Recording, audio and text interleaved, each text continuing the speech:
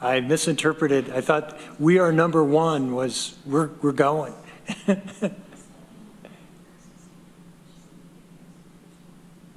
All right.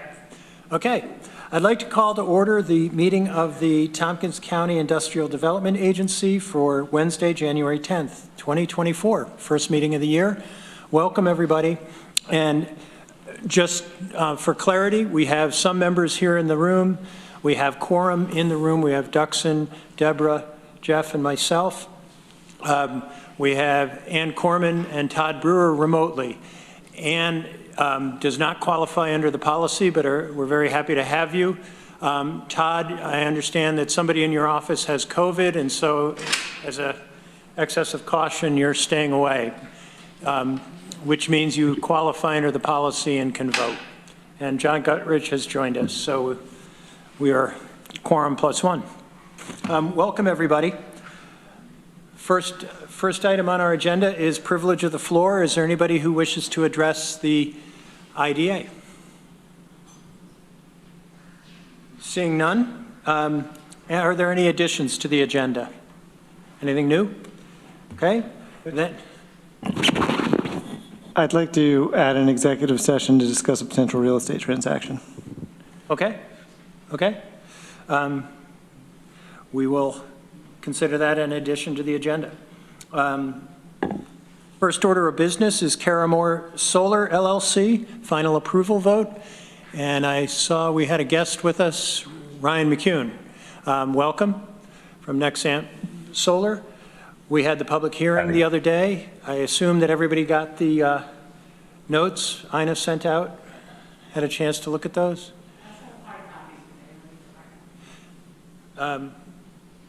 Okay, let's put the authorizing resolution on the floor so we have something to discuss. John moves, Deborah seconds. All those in favor? Okay, so it's in front of us. I did have a question, but I'll defer. Anybody else have anything they want to talk about on this one? Ryan, at our public hearing, there was a gentleman who came and visited with us who indicated there's a real chance of fires. And I was hoping you could just speak to that issue. I think there may be differences between the solar panels themselves and the electrical equipment and then batteries, but you would know better than I would. Yeah, absolutely. So I guess the first piece that's worth clarifying, just to make sure we're all on the same page, is that this agreement as currently proposed does not contemplate the addition of the energy storage facilities on the site. So when you're looking into the total cost breakdown for this facility, that is only for the solar portion of the facility. We did permit and receive approvals for the addition of 20 megawatt energy storage facility tied to this solar facility. But right now we are not contemplating that as part of the first stage of deployment for this facility. And this is largely a financial decision. There is a handful of regulatory decisions pending at the state level regarding energy storage markets and how the distribution and dispersal of energy from energy storage units is compensated within the utility structure. And without clarity about exactly how those utility rate substructures are going to work, it's kind of hard to finance and forecast an energy storage system as a standalone system in upstate New York right now. Much more clarity downstate in a lot of areas, or areas have utility grid contracts, which this particular project does not. So just for the purposes of this IDA's evaluation, it's worth noting that the energy storage is not actually being contemplated under this pilot. It would have to be a separate agreement. So I just want to make sure we're all on the same page about that. With that said, happy to address the questions and concerns around fire with these projects. So most of these concerns arise from two relatively well-documented energy storage incidents that occurred in New York State in 2022. The first of which was a standalone energy storage fire in the town of Warwick down in Orange County that occurred, gosh, I believe it was in April or May of last year. And the second was a standalone energy storage facility fire up in Lyme, New York, near Watertown. Both of these fires were well-publicized events, and a lot of the attention that they received was similar to some of the attention that folks might be more familiar with regarding fire risk for EVs. The issue with energy storage fires is that, unlike a traditional electrical fire, they need different tactics to be put out. Rightfully so, these fires caused a lot of conversation, both at the state and local levels, about the risks associated with these projects. And following a groundswell of those concerns, the governor actually established a task force to start looking into better guidance for energy storage safety across New York State.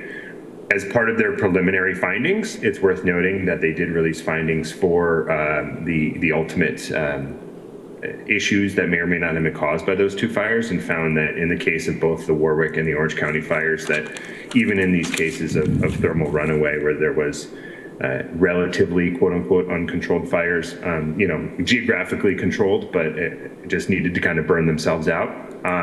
There was no ground contamination present after the fires. The plume studies were done to show kind of how air contamination might have dispersed throughout the area, and there was findings from multiple engineers that there was not significant air contamination findings that could be documented. Basically, the fires were not great, and they are an issue largely for first responders that are not prepared to fight them effectively. But there were no long-standing environmental conditions that were present from both of those fires. It's also worth noting that both of those fires were, they occurred during the commissioning of the system. So both of those energy storage units were not actually in operation. They were being turned on.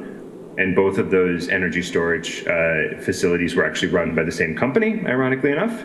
And both of them had the same root cause, which was water intrusion and shorts that caused the electrical events. And so from our perspective, this is all extremely valuable data, whether or not those are our projects or not. It's all valuable data to understand how were those first responders unprepared for the event. How can we better train first responders to be prepared? What were the issues with waterproofing that those individual facilities had, and how can we make sure we control for those in the future? There's a lot of learning that can be done there, and a lot better communication, frankly, that the industry can have with municipalities, first responders, and community members around the risks associated with these projects.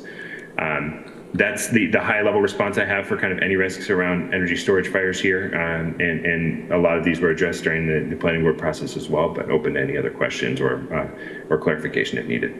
No, that's very helpful. One other point this gentleman made was he thought that you could do a solar panel farm without inverters or transformers. And I said I didn't think that was possible. But he was saying you could connect directly to a 4,000 volt system that's up on the hill. But I have not heard of a solar panel facility that didn't have inverters.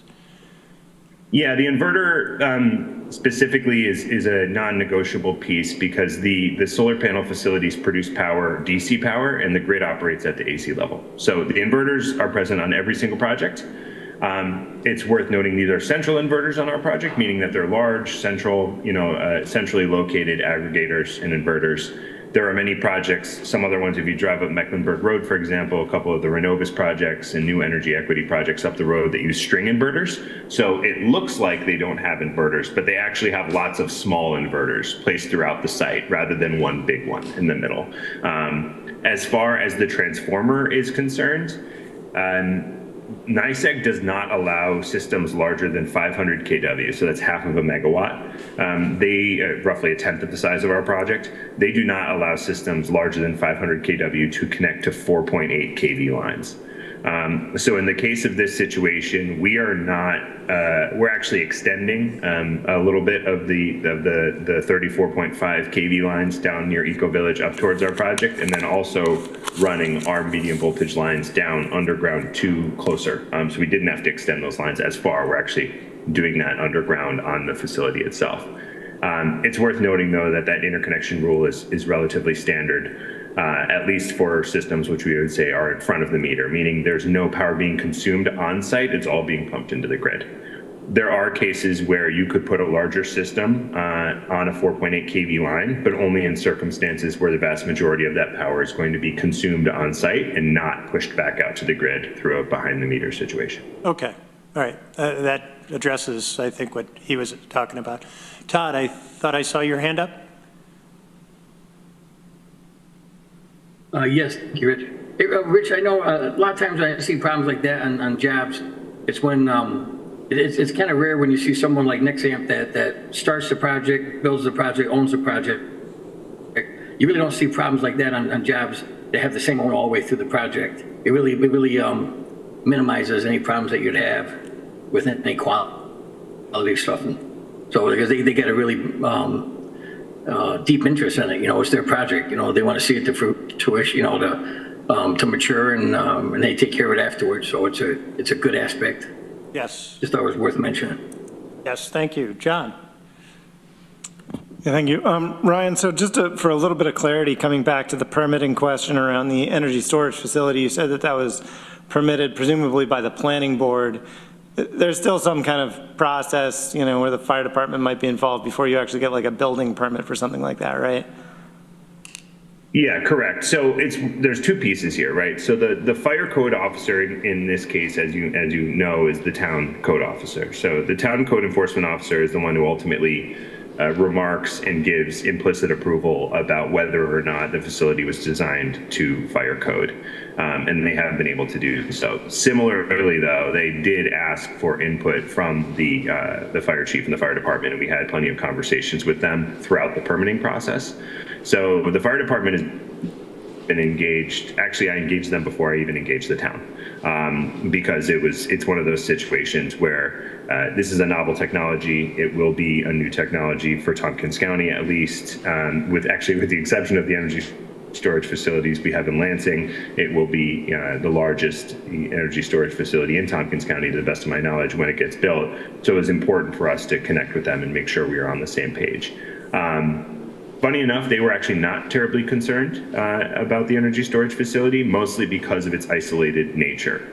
In their mind, if an energy storage facility were to experience a thermal runaway event, it's the fact that it's in the middle of a field and means that really you're just controlling for wildfire risk, and you more or less let it burn out. And no one really wants to hear that, but it's an inconvenient truth. It's true with electric car fires as well. Generally speaking, you try to isolate the incident and you let it ride. And so the fire chief's words to me were, I'm a heck of a lot more concerned about electric scooters than I am your energy storage facility, because your storage facility is not going to burn someone's house down. And that's ultimately where we left it. But to your original question, yes, there will be an additional review of our compliance with fire code, as well as a deep review of our electrical drawings when we go and we get that building permit. And that will ultimately be the sign off by both the code enforcement officer and the fire code officers in question. Okay, Ann? I was going to ask I'm thinking the next question would be, are there going to be electric scooters there? But I'll forgo that question. But so thanks. Some of my questions were answered because I was going to ask about contacting the fire department. So I guess my only question left is when you talked about the 20 megawatt storage, so that's going to be lithium batteries, and that's going to be separate. How likely would you say that is that you're going to pursue that? Well, unfortunately, it's not up to me. If it were, very likely. I think this is an incredibly valuable resource for Ithaca and Tompkins County. One of the reasons we actually proposed this before we even knew that there was going to be a revision to what's called the retail storage incentive in New York State through NYSERDA. And one of the reasons we did that is because we ultimately wanted to bring this facility to NYSEG as a potential non-wires alternative site. So a non-wires alternative means instead of building new transmission capacity to meet rising electric demand, how do you create quickly dispatchable resources that can help mitigate some of the fluctuations in grid capacity locally? The West Hill substation is one of 3 substations identified by NYSEG in need of upgrade. over the course of the next 10 to 15 years. And so our hope was we could actually bring in a piece of technology that was going to be available for the utility to use that would actually be on a cost basis more affordable for ratepayers than them building new transmission capacity. At this point, we don't have a grid maintenance contract with NYSEG to speak of. We are still pursuing those arrangements with them and advocating for that contract with them. But absent that contract or final numbers from the retail storage incentive white paper, which should be coming out hopefully any day now, it's really hard for me to say. It's all an economics question. These energy storage facilities are roughly maybe around 2/3 of the cost of the solar facility itself, its entire cost. The energy facilities or storage facilities will be around 2/3 of that total cost just themselves. So it's a substantial investment. Need to make sure that the revenues are in line and it's going to be completely financeable. And as folks would say, that is unfortunately above my pay grade. I'm not exactly sure how those things are going to shake out at this time. But assuming that the quote unquote stars align and we're able to get those revenue questions sorted out in the next quarter or two, I would say that it's very likely that we pursue this because storage is a core part of Nexamp's value proposition across the state and across the country, and something we're actively pursuing in multiple markets. Okay. Great, glad to hear that because we do need battery storage to balance out the system. The last thing I just want to say as far as like the county goes, that maybe that's a question we can ask our emergency response department, just how prepared are the various municipalities for, if there was to be a fire at a solar farm or at a battery storage facility. So thank you, Rich. All right. Any other questions? Are we ready to vote? Okay. I will call the roll. Duck? Yes. Deborah? Yes. Jeff? Yes. John? Yes. Todd? Yes. And the chair votes yes. Okay, so that's unanimous. Congratulations, and good luck with your project. Thank you all, and thanks for letting me tune in remotely today. Greatly appreciate it, and I'll look forward to seeing you all soon. Okay. Great. All right. The next item of business is the TCIDA IAED 2024 Memorandum of Understanding. And in your packet, you have the red line and the clean version, and we also had a meeting of the executive committee to walk through this, I think in late December. Yeah. The midst of time, it was 2023. But I would entertain a motion to put the Memorandum of Understanding on the floor. So moved. John moves, Jeff seconds. Okay. Heather, do you want to lead us off here? Sure. You did see the clean version of this last month, and so this month we did add the redlined version. You will note that I will note that that all the changes really are just administrative, minor, tweaks to the language, nothing substantive, date changes. The requested funding amount is a 1.67% increase over last year. As a result of the executive committee meeting, John Guttridge did request that I also pass out for you, you have at your desk IAED's funding history. We are a private not-for-profit. We have a sort of three-way funding source.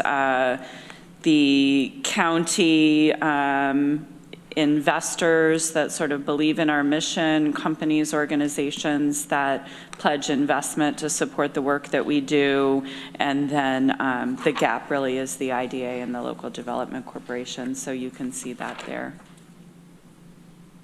Deborah. I had a question. On page 12 of the agenda packet, you removed the requirement or the task that you provide forms to the county assessor relating to the pilot agreements. Yes, good question, and that was brought up at the executive committee as well. The bullet on the previous page prior to that basically says the same thing. It just doesn't say RPT 412 Oh, okay, so But that, it the was sort one of that's left in is duplicative. general enough to include the one you took out? Yeah. Because it just seemed like that would be something we Yeah. really have to have you do. I Thank you. think the prior bullet was more inclusive, not just the 412, but all the documents Okay. related to the pilot Thanks, filing. Yeah.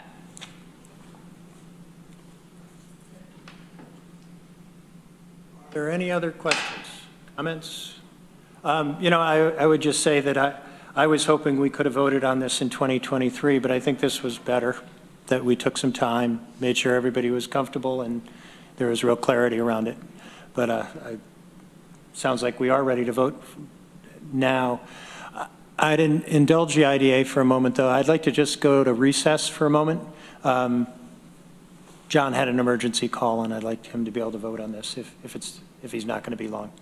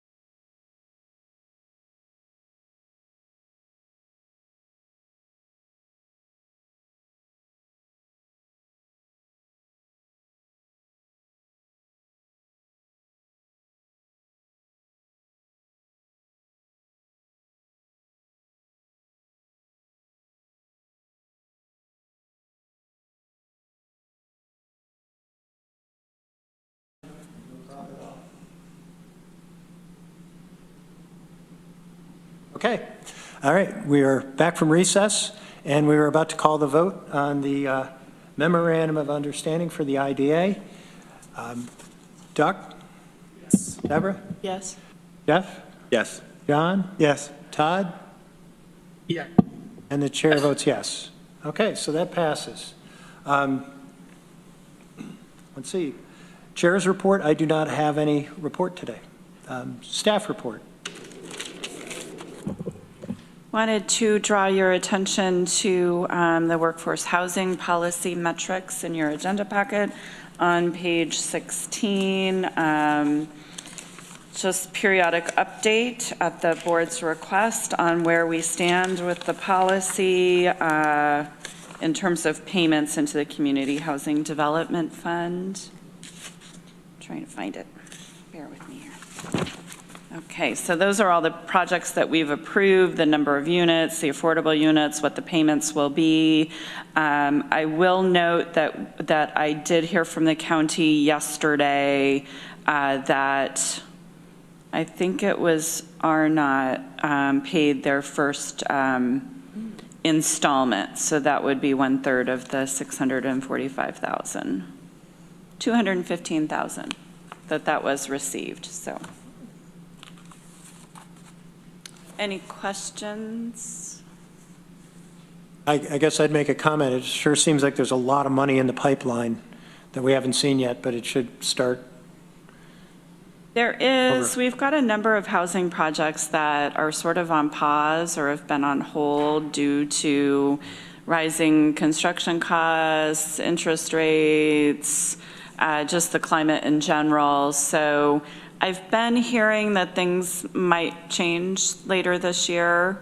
I haven't heard from anyone that their projects are dead or they're pulling their projects or anything. So, sometimes this happens with big housing projects. It takes a little longer than you anticipated and then some to get started. Jeff?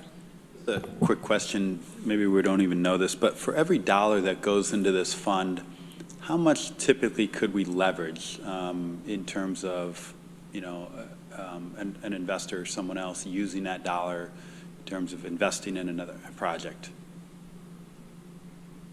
I used to know that number off the top of my head, but I don't. And you know me, I add and subtract zeros like there's no tomorrow. Yeah, the last time we looked at this, I think the fund was producing one housing unit for roughly every $7,500 that was in the fund. So, there's a lot of other subsidy money that comes out of that. So it's like, you might get for a housing unit like $125,000 or $150,000 in, like other money from LIHTC or whatever, so it's like there's a lot of other subsidy money, and then there's also the private investment dollars or nonprofit investment dollars. I mean, a housing unit costs, $350,000 or $400,000 to create. So it's, this tiny little incentive coming out of the housing fund. The numbers vary wildly by like type of projects, like for instance, like a for sale project. I think that there were some that were like getting like, $180,000 a unit out of the fund, but most of them are like the LIHTC projects where it's like 7,500-ish or 5,000 or somewhere thereabouts. Thanks. Todd? Thanks, Rich. I wanted to ask Heather, she knows what's going on with that Cliff Street retreat. I remember when they came to us, there was such a big rush. I haven't seen anything going on there. Is anything happening with that project We yet? had some conversation in November, early December, and they're sort of revising their estimates. They're revising the ground floor, some of the commercial spaces, and they said that they think they're going to try and make a go of it in the spring, but I have not heard from them. Okay, thank you. Ann, did you have your hand up? I think John and others pretty much covered it. I was going to respond to the community housing development fund question. I just also wanted to add, I guess the only thing that wasn't mentioned was not only monetarily does it help with a small investment does help get money from the state and get investment otherwise, but just putting the county or whoever winds up putting this money would go as a stamp from the county, just saying that we support it, even though it's a small amount of the project. It really does. We're hearing a lot back from the developers that it really does make a difference in helping them get funding. And certainly looking at the notes, it appears that 2024 we'll see a lot of this money coming in, so that's pretty exciting. And yes, I've been reading that there's an anticipation that interest rates are going to get reset in the next month or two. We'll see. We'll see. Duxon. Just to add to the discussion about the impact, so like John said, it varies wildly. I have the CHDF history up right now, and so you can get 82 units with the IHA Northside development for $300,000, or if you're building for sale townhomes from INHS, it's $240,000 for 4 units, so $60,000 a unit. For sale being famously harder to finance than rental, so it varies wildly, but the impact can be quite large, and I think it's a mix of things that we all want in this community. Deborah. Yeah, I wanted to circle back your point on the interest rates. The FOMC meets the end of this month. I think that the market very much wants to believe that a pivot's around the corner, and they interpreted Chair Powell's latest pronouncements as optimistically as they possibly could, but then interestingly enough, some of the other Federal Reserve Bank presidents immediately started backpedaling on a pivot, so God knows what's going to happen. But I did want to ask, you mentioned that these projects are on hold because of high costs. Do you have any sense of how much of those cost issues are related to interest rates and how much may be related to the cost of materials and other things and labor? Well, John might have something to add here. I'm hearing the cost of materials are starting to stabilize or come down a little bit. It's really the cost of borrowing that has this particularly this year that has been an issue. So Chair Powell will make or break our Community Housing Development Fund. Yay. Well, I mean, maybe not. A lot of, for commercial, like a lot of it's based on, right, it's an index plus a margin, and those index, I mean, it's like the treasury yield is a very common one that's used. So the yield on the 5-year treasury. So it's actually a market indicator, not directly, you know, the interest rate set by the Federal Reserve. They're, I mean, it's all. There's a lot of issues. relate to each other. The commercial credit market right now is looking very volatile for the coming year, so I'm sure Jeff could fill us in on that. I've certainly noticed that building material prices haven't come down, but they haven't shot up, continued to shoot up like they did a year ago. It was kind of scary. Todd? Yeah, I just want to make a comment. It was not an IDA project, but I know I brought it up before. Was Phil's project in Collegetown. That thing's it's going crazy right now. They're pulling people in from all over the place for carpenters trying to get this thing done. I'm sending guys up there hand over fist, new people, and it's just so here's a job that stopped 4 times because of they couldn't secure funding. So they started the job, they couldn't secure funding. They told what they did. They went in millions in debts to paying their subs. All this stuff happens. And then when the economy comes back, now, he's holding the subcontractors to the same deadline, even though the job came to stop 4 times outside their control. And with this, and the deadline hasn't changed. So I know every time we hear about the developers, how hard it is for them with the rising inflation, but no one ever cares. No one ever seems to realize what's costing the subcontractors. Like in this exam, I mean, this can happen on IDA projects. I just want to make sure everybody realizes that's why I speak up about the Prompt Payment Act and the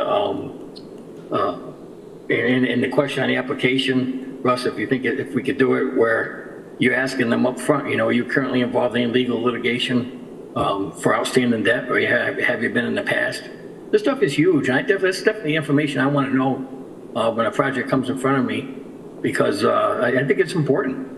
The cost it costs a subcontractor when they have to move their manpower someplace else, or they got to store their manpower someplace else, another job, eat up hours on another job, so they got the manpower to take care of this, because they have huge penalties if the job isn't done on time. Huge penalties, because everything from kids won't be able to stay in these apartments, so they got to stay in hotels, and someone's got to eat the bill on that. I mean, there's huge costs associated with projects like that the subs are responsible for, and this is stuff that's outside their control. Where if you had a Prompt Payment Act, or if you had this question on there about any pending litigation or history of it, it could really help out a lot. I mean, they're coming to us for help, but these developers already know they got the need for the project, they're going to do the project, they got money for the project, but when you give them this IDA incentive up front, now it's a pure profit on their end. The subs aren't getting this profit, and the subs are the ones that are employing all the local labor. So it's just something I wanted to point out. I think it's something huge, and I really like to see us adopt that in our policies to make it better for the people employing the workers. Hey. Sorry about the rant. No, Todd, that perspective's important, and I think you're right in that whenever you have a sort of dislocated market, as we've seen over the last several years, the pain is felt in lots of different directions, including the subs. That you can't avoid it. They will be impacted, and they have been. Yeah. All right. Any further discussion on the IDA workforce housing policy? Seeing none? Heather, anything else to report to us? INA's been receiving annual project reports sort of trickling in. We'll start sending reminders out in the next week or two. All of this leading up to our audit. We've set up meetings for the audit to start this year, and all that needs to be completed by the end of March. to submit all the documentation into the Paris system, so. I'm going to say Ina's off in Paris again. Yeah. She is. Yeah. There's Paris and there's Paris. And that's all I've got. Okay. We have minutes from December 13th, 2023. Could I get a motion on the minutes? Deborah moves, Duxon seconds. Questions or comments on the minutes? Duxon. Deborah's name is misspelled on the last page. I didn't even notice that. I did notice the 11th house versus the 11th hour, and we were trying to figure out if Ina was channeling astrology or. Okay, with that correction, I assume we don't have to hold the meeting again because of that typo? No. Okay. All right. Do it all over. Approval of the minutes. Duxon. Yes? Yes. Deborah? Yes. Jeff? Yes. John? Yes. Todd? Yes. And the chair votes yes. So those are approved. Is there any other business to come before the IDA? We will vote on executive session, but I'd like to get the Development Corporation meeting done first so that we can close and the public can see all our public business. So what I would suggest is we recess the IDA meeting, we'll hold the Development Corporation meeting, and we'll come back out of recess without objection. I will then call to order the meeting of the Tompkins County Development Corporation for Wednesday, January 10th, 2024. Welcome, everybody. I don't see anybody on privilege of the floor, but I will raise it if there's anybody who wishes to address the Development Corporation. Right? No additions to the agenda that I'm aware of. Does anybody have anything? Right?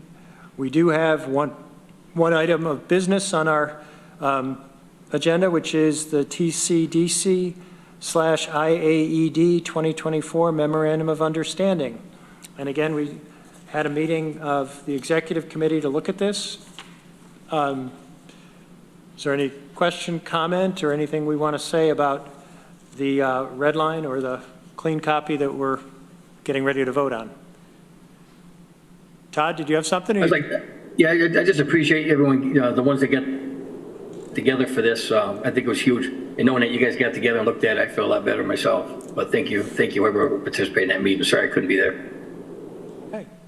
Could I get a motion on the floor? John moves, Jeff seconds, to approve the Memorandum of Understanding. And any further discussion? Somebody have the dollar? Old peppercorn. Deborah. Yeah, just another quick question. I noticed that one of the items or tasks that was removed was the implementation of the recapture policy. I assume that was removed just because that's understood. The Development Corporation provides access to the tax-exempt bond market. There isn't any incentive that's actually provided that the Development Corporation could recapture. Okay. So there is no recapture policy at the Development Corporation. The other things that were removed as well are things that don't happen at the Development Corporation. They just happen at the IDA. Okay, thank you. So long ago, copy paste that got corrected. Right. Always room for improvement, right? Okay, any further discussion? Ready to vote? Duxon? Yes. Deborah? Yes. Jeff? Yes. John? Yes. Todd? Yes. And the chair votes yes. So that is unanimous. Great.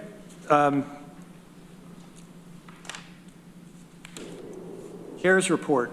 I did have a question raised by one of the legislators about whether there would be a way to re-engage some of our large not-for-profits in the community to use the Development Corporation as a financing vehicle.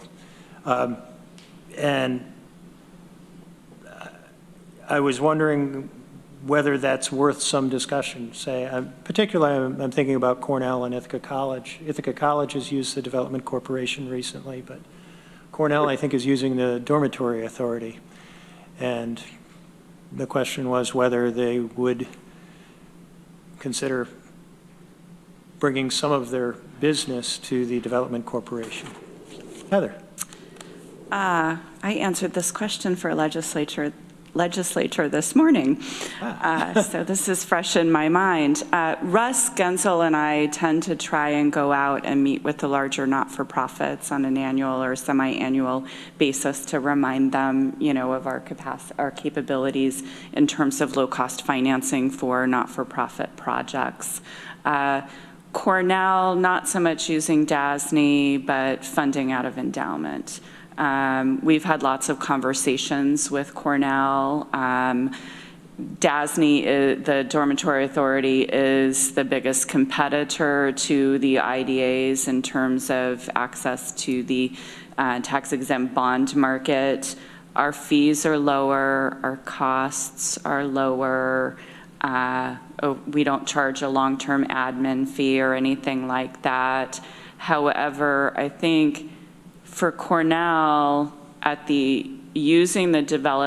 for one, they have not been bonding for construction since 2008. They've largely used endowment and funds on hand to fund construction. So there's been a little bit of bonding through DASNY. They may have bonded for, well, I should say one big bond for the residential housing.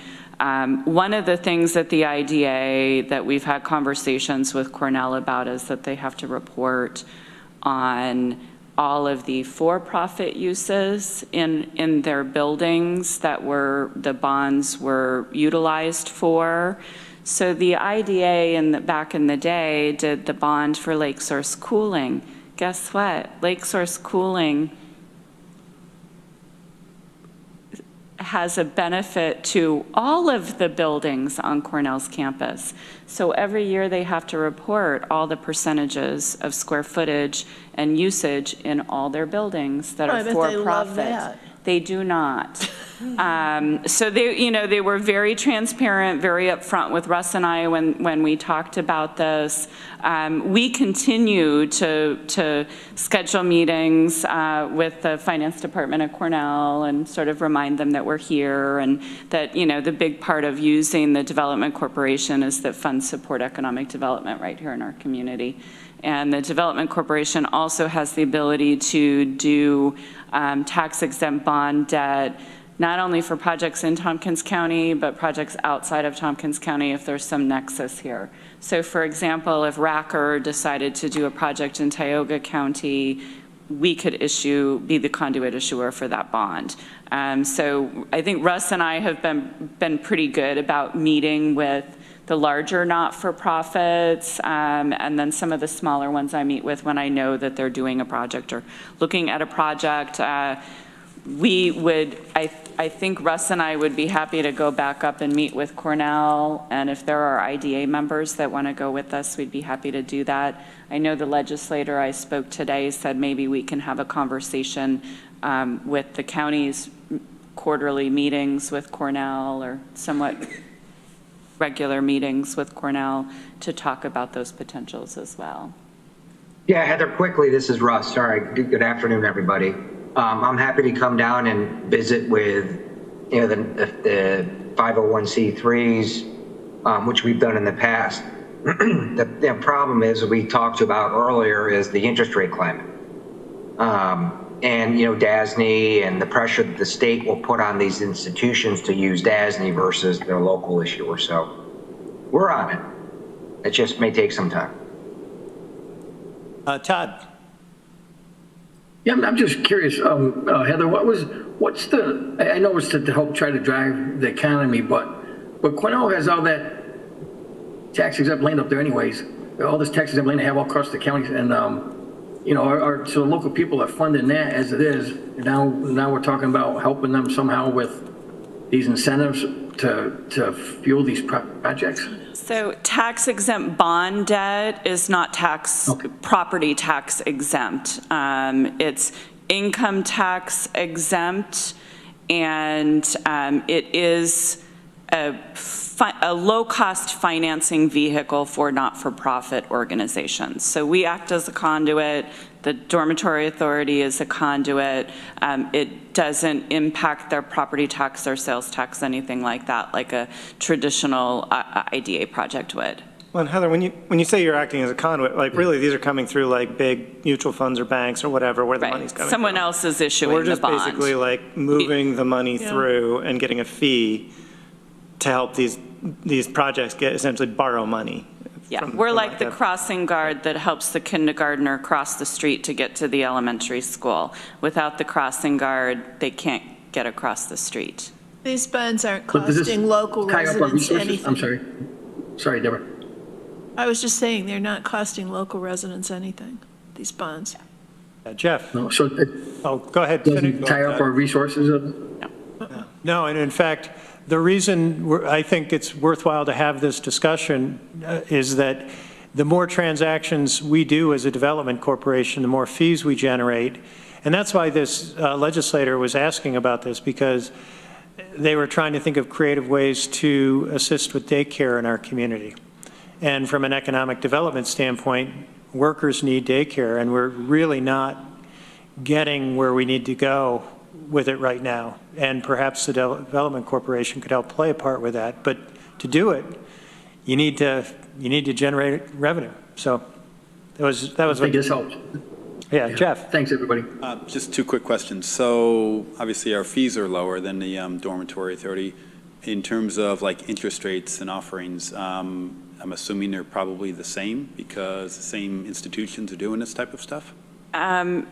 Yeah, so DASNY is just a conduit like we are. Right, okay. So you're Market's gonna be either the same. private placement, like for a project locally, the trust company might do the bond, or you're going out onto the open market and the banks are going to bid on them, and you're going to accept the interest rates that you receive. Second one, the last one we did, remind me, was CMC, right?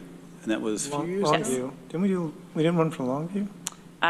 He was the most recent one. No, we refied for Ithaca College in 2020, and then we did the CMC bond maybe in 2021 or 22.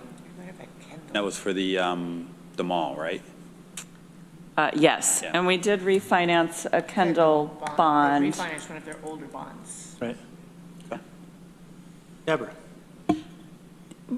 Refresh my memory, please.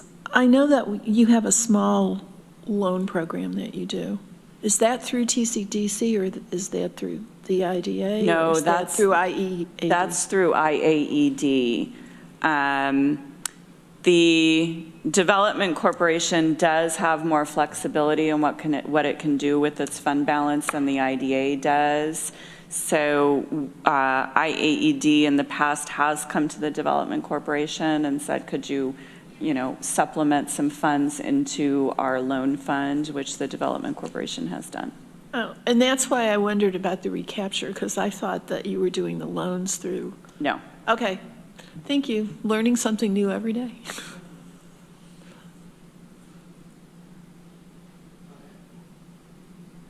Anything further on that? Staff report. Anything? I have no staff report. Minutes from December 13th, 2023. Could I get a motion to put those on the floor? John moves, Deborah seconds. Questions or comments on the minutes? Everybody's name is spelled appropriately? All right. Let's go to vote. Duxon? Yes. Deborah? Yes. Jeff? Yes. John? Yes. Todd? Yes. And the chair votes yes. So that's unanimous. Great. Any other business to come before the Development Corporation? Seeing none, I would call for the adjournment of the Development Corporation, and I would come out of recess for the meeting of the IDA. And so we are back in session. Is there any motion anybody wishes to make? I'll make a motion to enter executive session to discuss a potential real estate transaction. Second. Right, second? All right. Were you ready to vote? All those in favor? Actually, I'll call the roll. Duxon? Yes. Deborah? Yes. Jeff? Yes. John? Yes. Todd? Yes. And the chair votes yes.